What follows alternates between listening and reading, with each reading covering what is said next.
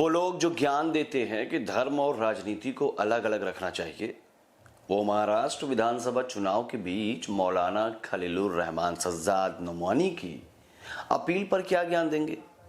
वैसे मौलाना ने तो वही कहा है ना जो वो उनके समर्थक कई सालों से करते आ रहे हैं, लेकिन इस बार मौलाना नोमानी का बयान कुछ इस तरह का है कि कांग्रेस पार्टी भी उनसे किनारा करती नजर आ रही है। अब कांग्रेस की इस लाचारी के पीछे क्या कारण हो सकता है कांग्रेस ही जाने, लेकिन हम आपको नोमानी का वो बयान बता देते हैं जिस पर हंगामा मचा हुआ है। भाजपा ने चुनाव आयोग से कार्रवाई की अपील भी कर डाली है और कांग्रेस ने इस बयान पर पल्ला झाड़ लिया है। दरअसल नोमानी ने कहा है कि भाजपा से रिश्ता रखने वालों से कोई रिश्ता न रखा जाए। अगर आपके इलाके में कोई जालिम का साथ दे तो उसका बाइकआउट की। मुझे मालूम है लोकसभा के इलेक्शन में आपके कुछ लोगों ने बीजेपी का साथ दिया था। ऐसे लोगों का हुक्का पानी बंद होना चाहिए, ऐसे लोगों का सोशल बाइकआउट होना चाहिए, ऐसे लोगों से सलाम दुआ बंद होनी चाहिए। नोमानी का क्या है, वो तो बोलकर निकल गए, लेकिन उनका क्या जो धर्म और राजनीति की खिचड़ी से परेशान है। उन्होंने कहा कि जो बीजेपी का साथ दें ऐसे लोगों का हुक्का पानी बंद होना चाहिए। आखिर अब धर्म और राजनीति की खिचड़ी नहीं बन रही है क्या? इस बयान से किसी को कोई परेशानी नहीं हो रही है क्या? ऐसी अपील से समाज का माहौल नहीं बिगड़ेगा क्या? नोमानी के इस बयान पर बीजेपी अटैकिंग मोड में आई तो कांग्रेस ने भी कह दिया कि भैया नोमानी, अब तुम अपने बयान का खुद जानो, हमसे इससे मतलब नहीं है। कांग्रेस नेता पवन खेड़ा ने कहा कि मौलाना की बात को मैं सही नहीं मानता हूं। यहाँ डेमोक्रेसी है, हर किसी को भाई अधिकार है, वो जिसे मतदान करना चाहे वो कर सकता है। इस तरह से सोशल बायकॉट की बात गलत है। लोकतंत्र में हर किसी को अधिकार है वो अपने लिए वोट मांगे, धर्म के नाम पर वोट मांगना गलत है। ये बात कांग्रेस नेता पवन खेड़ा ने कही है। चलिए, कांग्रेस को इतना तो मान है कि आखिर नोमानी ने जो कहा उससे समाज में गलत संदेश जाएगा और माहौल खराब होगा। वैसे समाज के माहौल को हमें नहीं लगता कि किसी को पड़ी है।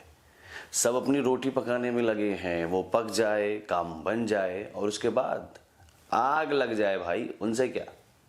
महाराष्ट्र विधानसभा चुनाव में नोमानी मुस्लिम वोट का एक नया इकोसिस्टम खड़ा करने की कोशिश में है।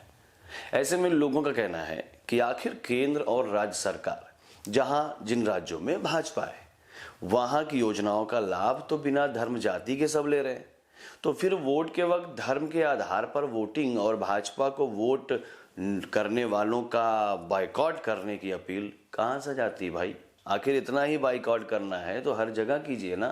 ये भी कह दीजिए ना कि आखिर भाजपा सरकार की योजनाओं का लाभ किसी मुस्लिम ने अगर लिया तो उसका हुक्का पानी बंद कर देंगे।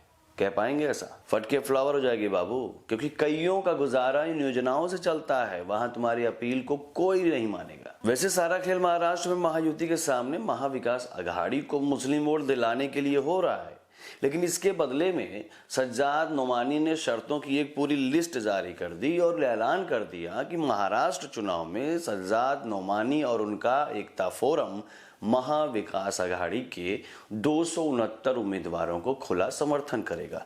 तो भैया करो ना समर्थन, लेकिन धर्म के आधार पर समर्थन करोगे तो फिर बाकियों को ज्ञान मत दीजिएगा। सज्जाद नोमानी ने महाविकास अघाड़ी के साथ ही साथ 16 और उम्मीदवार भी चुन लिए हैं जिन्हें समर्थन देने का ऐलान किया है। लेकिन सवाल तो ये है ना भाई कि आखिर ये कौन सा रास्ता उन्होंने खोल दिया है कि मुसलमानों की संस्थाएं हों और मौलाना मुसलमानों के ठेकेदार बन गए और मुसलमानों को बता भी रहे हैं कि कहां वोट डालना है और कहां वोट नहीं डालना है।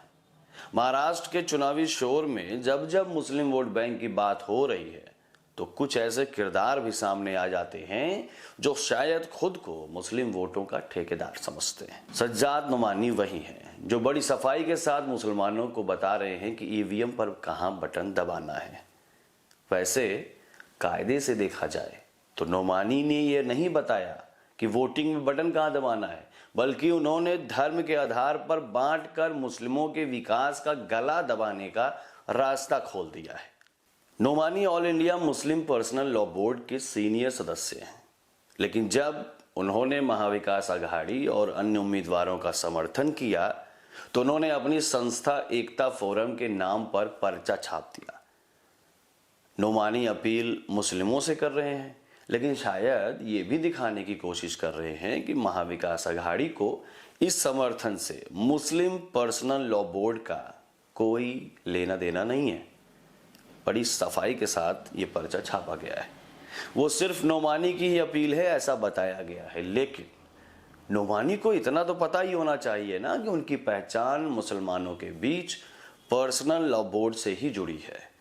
वो जो कहते हैं उसे पर्सनल लॉ बोर्ड के बयान की तरह ही लिया जाता है, तो इस अपील से वो कैसे अलग हो जाएंगे? वैसे सबसे बड़ा सवाल तो यही है ना कि आखिर एक तरफ नोमानी मुस्लिमों से एकजुट होकर धर्म के आधार पर वोट करने की अपील करते हैं और दूसरी तरफ बटेंगे तो कटेंगे जैसे नारे पर सवाल खड़े करते हैं।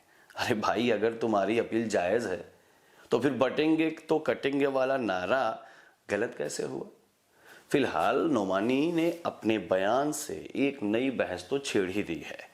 वीडियो के आखिर में आपके लिए कुछ सवाल छोड़ जाते हैं कि क्या अब हर चुनाव में मुस्लिमों को इसी तरह वोट देने की अपील करना जायज है?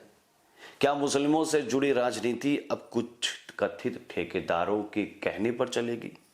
अपने जवाब हमें कमेंट सेक्शन में दीजिए। नमस्कार।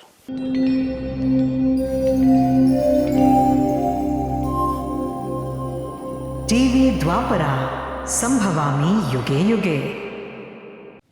अगर ये प्रोग्राम आपको अच्छी लगी तो लाइक, शेयर और कमेंट करें। टीवी द्वापरा के प्रोग्राम्स को हमेशा देखने के लिए सब्सक्राइब करें, बेल आइकॉन दबाएं।